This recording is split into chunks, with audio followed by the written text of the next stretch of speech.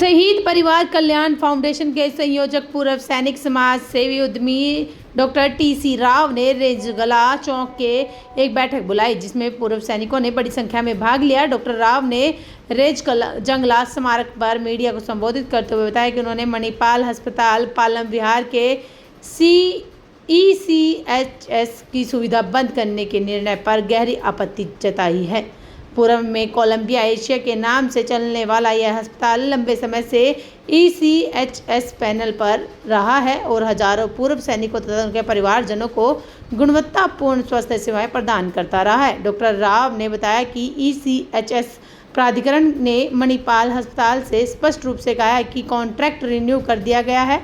अस्पताल को पूर्ववत सेवाएं जारी रखनी चाहिए, लेकिन मणिपाल अस्पताल प्रबंधन ने 1 जून 2025 को ECHS के तहत उपचार देने से मना कर दिया। यह निर्णय दुर्भाग्यपूर्ण और अत्यंत असंवेदनशील है। देश की सेवा है, उसमें हम सब लगे हुए हैं। हम पूर्व सैनिक आज भी कोई भी आपदा देश के ऊपर आती है तो आप सब ने देखा होगा कि हमेशा हम सबसे आगे आते हैं, लेकिन कुछ इश्यूज हैं हमारे, उसके बारे में सरकारों और एडमिनिस्ट्रेशन को हमें देखना होगा। सर, क्या मणिपाल हॉस्पिटल के एडमिनिस्ट्रेटर से आप मिले और बात की? हाँ, यस, बहुत टाइम, मैनी टाइम्स। जो आज का इशू जो मेरे को बताया गया कर्नल जगदीप, जो RC1 है, कि इनका जो कॉन्ट्रैक्ट था वो 28 तारीख तक था और आगे कॉन्ट्रैक्ट इन्होंने बढ़ाना था।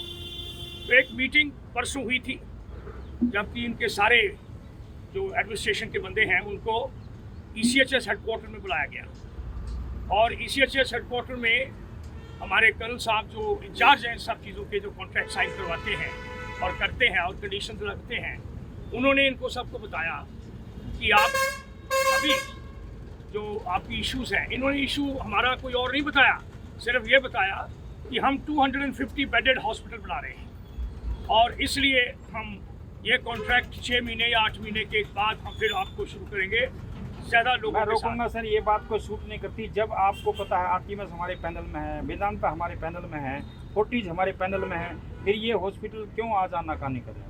नहीं, बात ये है, ये आनाकानी क्यों कर रहा है ये मुझे इसके बारे में कोई ज्ञान नहीं है। मैं टी.सी. राव साहब से जानना चाहूँगा। सर, आप ब्रीफ से बताइए कारण क्या है और इसका निवारण क्या हो सकता है? ये देखो, जो 6 और सर ने बताया, जो वहाँ ECHS हेडक्वार्टर में जो बातें हुई हैं उसमें थोड़ा में प्रैक्टिकलिटी नहीं लगती। इस CGHS, मारुति के एम्प्लॉइज़ की फैमिलीज़, इंश्योरेंस कंपनीज के लोगों को तो कंटिन्यू करेंगे ये, केवल वेटरन्स मार्टिर्स फैमिलीज उनको ही ये डिसअलाउड कर रहे हैं। अभी 29 तारीख से, यानी आज से इन्होंने कर दिया, जो कॉन्ट्रैक्ट था वो ख़त्म हो गया।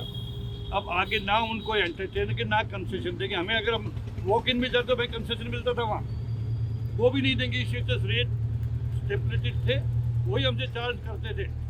तो अभी उन्होंने बंद कर दिया है। ये एक, मैं कहूँगा, इस माहौल में जब देश दोनों तरफ दुश्मन से घिरा हुआ है, 4 दिन का ऑपरेशन सिंदूर देखा आपने, अब भी हमारी सेनाएं तैनात है बॉर्डर के ऊपर रात दिन 24 घंटे।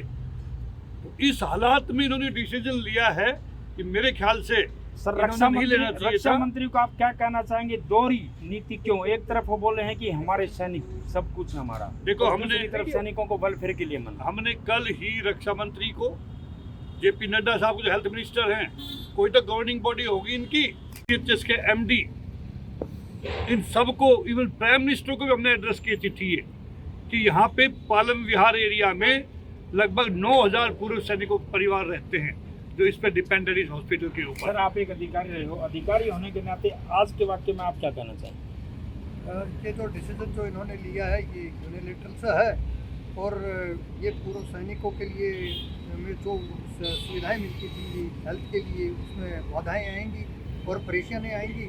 जो इस समय जिसमें देश का वातावरण चल रहा है उस समय ये ऐसा करना उचित नहीं है और मणिपाल हॉस्पिटल को अपना ये कॉन्ट्रैक्ट MOU है।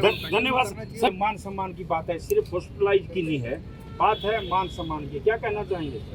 देखिए जी, मान सम्मान तो तभी आता है जब आप सैनिकों को जो उनकी जो एंटाइटलमेंट है, जो उनको मिलना चाहिए, जो रिस्पेक्ट मिलना चाहिए, जो मान मिलना चाहिए, वो आप दिल से अपना देख लीजिए। ये तो सिर्फ बस एक, जैसे वो पुरानी एक हिंदी पिक्चर थी, उसमें था सबसे बड़ा रुपया। ये सिर्फ रुपए की तरफ देखते हैं, ये सर्विसेज नहीं देना चाह रहे हैं, क्योंकि ये कहते हैं कि जी इनकी ऑर्गेनाइजेशन से हमारे बिल नहीं क्लियर होते। ये ऐसे बहाने लगा रहे हैं जो कि बच्चे भी नहीं करते जब स्कूल जाते हैं। सर मैं कर्नल साहब के पास जाना चाहूँगा। कर्नल साहब आप ये बताइए, एक रिस्पॉन्सिबिलिटी होती है जो इस चीज़ का कोई भी कमांडिंग अफसर ड्यूटी करता है, चाहे आप हो कोई भी हो, सेंस ऑफ रिस्पॉन्सिबिलिटी माता की पहले अपने कागजों को तैयार करे, उसको पहले ये कार्रवाई करनी चाहिए थी, इतना लेट। मैं पूरी तो जानकारी नहीं, लेकिन अभी पिछले 5-7 दिन से मैं उनसे संपर्क में भी हूँ। उन्होंने पूरी कार्रवाई कर रखी है, सिर्फ मणिपाल हॉस्पिटल आनाकानी कर रहा है, वो बच के निकलने की कोशिश ढूंढ रहा है। मैं आपको ये बता रहा हूँ, वो सिर्फ एक बहाना दे रहे हैं कि हमारा कंस्ट्रक्शन हो रहा है इसलिए हम ये लोड नहीं ले सकते। हमने कहा ये इसका लोड नहीं ले सकते तो सीजन को बंद कर दो, पूरा हॉस्पिटल बंद कर दो, तब तो हमें कोई एतराज़ नहीं है। लेकिन आप मारुति को भी ले रहे हो, इंश्योरेंस को भी ले रहे हो और सभी सिविलियंस को, सिर्फ हमारे को इतना भेदभाव शेड्यूल्ड कास्ट या छुआछूत क्यों दिखा रहे हो? सर मैं आगे सर जिन्होंने जिन्होंने 1962 की लड़ाई लड़ी, 1965 की लड़ाई लड़ी, 1971 की लड़ाई लड़ी, वो आज बुजुर्ग हो चुके हैं और वो इलाज के लिए दूरी पे कैसे जा सकते हैं, और वो मणिपाल इलाके में रह रहे हैं, इस इलाके में रह रहे हैं, तो उनको इलाज क्यों नहीं? सेक्टर 17 और 23 गुड़गांव के डिफेंस ऑफिसर्स से भरे पड़ेगा। ये कोई प्लान करके गवर्नमेंट ने हम लोगों की वेलफेयर